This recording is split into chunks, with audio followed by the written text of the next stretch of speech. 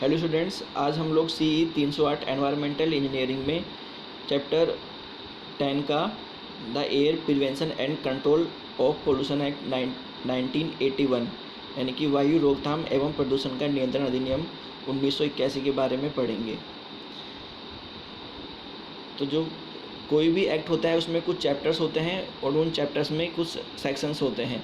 तो जो ये एक्ट है बेसिकली इसमें टोटल 7 चैप्टर्स हैं, जिसमें जो फर्स्ट चैप्टर है उसमें कुछ डेफिनेशंस दी हुई हैं जो इस एक्ट से रिलेटेड है, जिसमें प्रदूषण क्या होता है, वायु प्रदूषण क्या होता है, चिमनी क्या होती है, इंडस्ट्रीज़ क्या होती है, ये सब चीज़ें चैप्टर 1 के अंतर्गत आएंगी। जो सेकंड चैप्टर है इसमें दिया हुआ है central and state board for the prevention and control of air pollution. जो अपने सेंट्रल और स्टेट बोर्ड में जो पोल्यूशन कंट्रोल बोर्ड बनते हैं वो चैप्टर 2 में दिए गए हैं। वैसे जो ये सेंट्रल पोल्यूशन कंट्रोल बोर्ड और स्टेट पोल्यूशन कंट्रोल बोर्ड ये बेसिकली वाटर पोल्यूशन एक्ट 1974 के अंतर्गत आते हैं, तो ये वहीं से ही लिया गया है। नेक्स्ट है चैप्टर 3, इसमें दिया गया है power and functions of board. तो जो ये बोर्ड बनेगा इसके क्या क्या पावर होंगे और क्या क्या इसके कार्य क्षेत्र होंगे, ये सब चैप्टर 3 के अंदर दिया गया है। नेक्स्ट है chapter 4, prevention and control of air pollution. Next chapter 5 में है फंड अकाउंट एंड ऑडिट। जो ये बोर्ड होगा या फिर जो एयर पोल्यूशन को कंट्रोल करना है, इसके लिए फ़ंड कहाँ से आएगा, जो इसके लेखे जोगे हैं उनको कौन कौन कंट्रोल करेगा और इसकी ऑडिट्स का अधिकार किसके पास में है, ये सब चैप्टर 5 के अंतर्गत दिया गया है। नेक्स्ट है इसमें चैप्टर 6, जिसमें पेनल्टी एंड प्रोसीजर्स के बारे में दिया गया है कि अगर कोई इंडस्ट्री है या फिर कोई गवर्नमेंट डिपार्टमेंट है वो एयर पोल्यूशन निश्चित मापदंडों से अधिक करता है या फिर कंटिन्यूसली किया जाता है तो उसके ऊपर क्या क्या पेनल्टी लगाई जा सकती हैं और उनका प्रोसीजर क्या होगा, ये सब चैप्टर 6 के अंतर्गत दिया गया है। चैप्टर 7, इसमें मिसलेनियस दिया गया है कि जो इन चैप्टर्स में छूट गया है किसी रीजन से, उन सभी को चैप्टर 7 में कवर किया गया है। तो थोड़ा सा अब इसके बारे में डिटेल देख लेते हैं कि जो ये बोर्ड बनेगा इसमें क्या क्या होगा। ये जो 1981 में ये अधिनियम आया था जिसको 29 मार्च 1981 में लागू किया गया था। तो जो इसकी जो शुरुआत होती है, जो भी अपने इंडिया में अधिनियम बने हैं इनकी शुरुआत सबकी स्टॉकहोम में एक सम्मेलन हुआ था, United Nations human environment conference 1972, ये 5 जून को हुई थी। उसी से ही 5 जून को पर्यावरण दिवस की शुरुआत की गई थी, जिसमें कि जो हमारे पर्यावरण को सही रखने के लिए, उसका आगे की आने वाली पीढ़ियों को सही रूप में मिले, उसके लिए हमें अपने वाटर को, सॉइल को, एयर को, इनको प्रोटेक्ट करना है, इनका संरक्षण करना है। तो इससे संबंधित रूपरेखा इस कॉन्फ्रेंस में बनी गई थी। तो उसी के आधार पर ये अपने एक्ट आए हैं। नेक्स्ट है इसमें जो इसका संक्षिप्त नाम, विस्तार और प्रारंभ। इस अधिनियम का संक्षिप्त नाम वायु प्रदूषण निवारण और नियंत्रण अधिनियम 1981 है, जिसका विस्तार संपूर्ण भारत क्षेत्र में, मतलब जो ये अपना एयर पोल्यूशन एक्ट है ये अपने पूरे इंडिया में लागू किया गया है। ये उस तारीख से लागू होगा जो केंद्र सरकार राजपत्र में अधिसूचित करेगा, मतलब गैजेट में पब्लिश होगा कि ये कब से इसको लागू करना है। तो इसमें कुछ डेफिनेशंस दी हुई हैं, जो जैसा कि चैप्टर 1 में बताया गया था कि वायु प्रदूषक क्या होता है, वायु प्रदूषण क्या होता है। वायु प्रदूषक क्या होता है कि जो भी अपनी एयर होती है उसमें कुछ गैसों की निश्चित मात्रा होती है। अगर जो अपने लिविंग बीइंग्स के लिए उसी क्वांटिटी में आवश्यक होती है।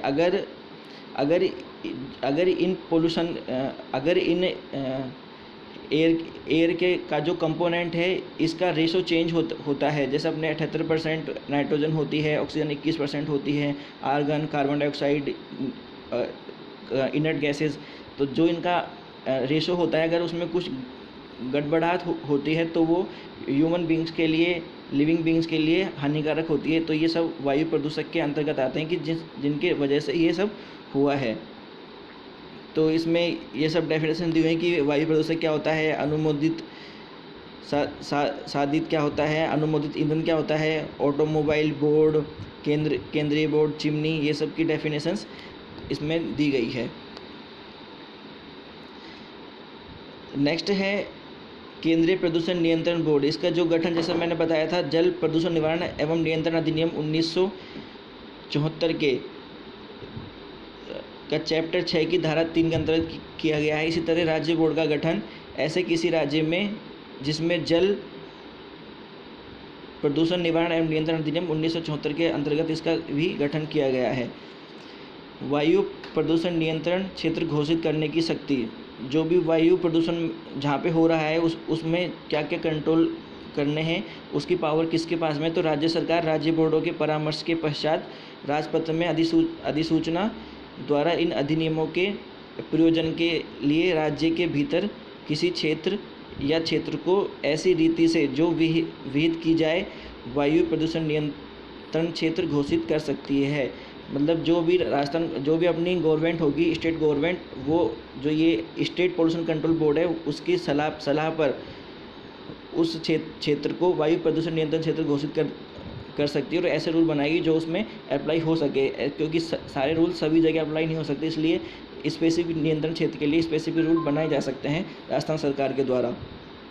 राज्य सरकार राज्य बोर्ड से परामर्श करने के पश्चात गैजेट में इसको पब्लिश करेगी। किसी वायु प्रदूषण नियंत्रण क्षेत्र का विस्तार करके या उसे घटाकर उसमें परिवर्तन कर सकेगी। तो इन सब की रिकमेंडेशन जो अपना राज्य प्रदूषण कंट्रोल बोर्ड है वो देगा। ऐसा कोई या वायु प्रदूषक नियंत्रण क्षेत्र घोषित कर सकेगी जिसमें एक या अधिक विद्यमान वायु प्रदूषक नियंत्रण क्षेत्र या उसका कोई भाग अथवा उसके कोई भाग सम्मिलित की जाए। मतलब जहाँ पे भी ये नियंत्रण क्षेत्र घोषित करना है, पूरा भाग हो सकता है, उसका कुछ पार्ट हो सकता है, फिर 2-3 भाग को मिला के उसको वायु प्रदूषण नियंत्रण क्षेत्र घोषित किया जा सकता है।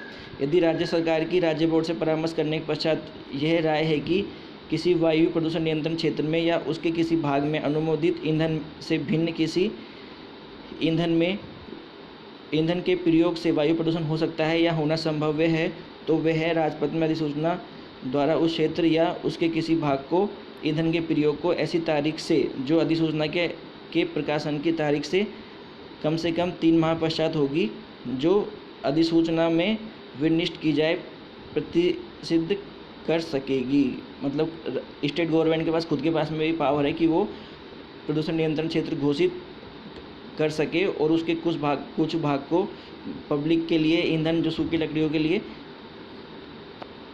लागू कर सकती है। राज्य सरकार राज्य बोर्ड से परामर्श के पश्चात राजपत्र में सूचना द्वारा निर्देश दे सकेगी कि ऐसी तारीख से जो उस अधिसूचना को विनिर्दिष्ट की जाए, अनुमोदित साधित में भिन्न किसी का प्रयोग किसी वायु प्रदूषण नियंत्रण क्षेत्र में स्थित परिसर में नहीं हो सकता। तो ये सब Rajasthan government, state government state pollution control board के परामर्श पर करेगी। नेक्स्ट है, इस अधिनियम में ये प्रावधान है कि कोई व्यक्ति राज्य बोर्ड की पूर्व अनुमति के बिना वायु प्रदूषण नियंत्रण क्षेत्र में कोई भी ऐसी औद्योगिक इकाई नहीं खोल सकता जिसका वायु प्रदूषण सूची में उल्लेख नहीं है। मतलब कुछ ही औद्योगिक इकाइयों को वायु प्रदूषण एक्ट में खोलने की परमिशन दी गई है। अगर उससे भिन्न कोई भी ऐसी इंडस्ट्री खोली जाती है तो उसका परमिशन राज्य बोर्ड से लेना आवश्यक है। इस अधिनियम के अनुसार केंद्र व राज्य सरकार दोनों को वायु प्रदूषण से होने वाले प्रभाव का सामना करने के लिए निम्नलिखित शक्तियाँ प्रदान की गई। मतलब जो ये अपने स्टेट पोल्यूशन कंट्रोल बोर्ड और सेंट्रल पोल्यूशन कंट्रोल बोर्ड है, उनके पास में क्या क्या पावर्स हैं वो सब इसमें स्लाइड में बताया गया है। तो राज्य के किसी भी क्षेत्र को वायु प्रदूषण क्षेत्र घोषित करना, प्रदूषण नियंत्रण क्षेत्रों को औद्योगिक क्रियाओं में रोकना, औद्योगिक इकाई स्थापित करने से पहले बोर्ड से NOC लेना, वायु प्रदूषकों के सैंपल इकट्ठा करना। मतलब अगर कहीं पे कोई डाउट होता है इन बोर्ड को कि अगर किसी इंडस्ट्री में एक निश्चित लिमिट से ज़्यादा पोल्यूशन हो रहा है तो वहाँ पे जाके सैंपलिंग कर सकते हैं और उस पर जो भी प्रोसीजर है उसके अकॉर्डिंग पेनल्टी लगाई जा सकती है। अधिनियम में दिए गए प्रावधानों की अनुपालना की जांच के लिए किसी भी औद्योगिक इकाई में प्रवेश करने का अधिकार है। ये कि ये कहीं पर भी जांच करने के लिए एंट्री कर सकते हैं किसी भी इंडस्ट्री में। प्रदूषण के निवारण को नियंत्रण करने वालों के विरुद्ध मुकदमा चलाने का अधिकार। यदि कोई इंडस्ट्री है वो कंटिन्यूसली इस एक्ट का उल्लंघन की जा रही है तो उस पर केस किया जा सकता है। प्रदूषित इकाइयों को बंद करने का अधिकार, अगर निश्चित लिमिट से बहुत ज़्यादा है और उसमें सुधारात्मक कार्रवाई नहीं की जा रही है तो उस इकाइयों को बंद भी किया जा सकता है। Thank you.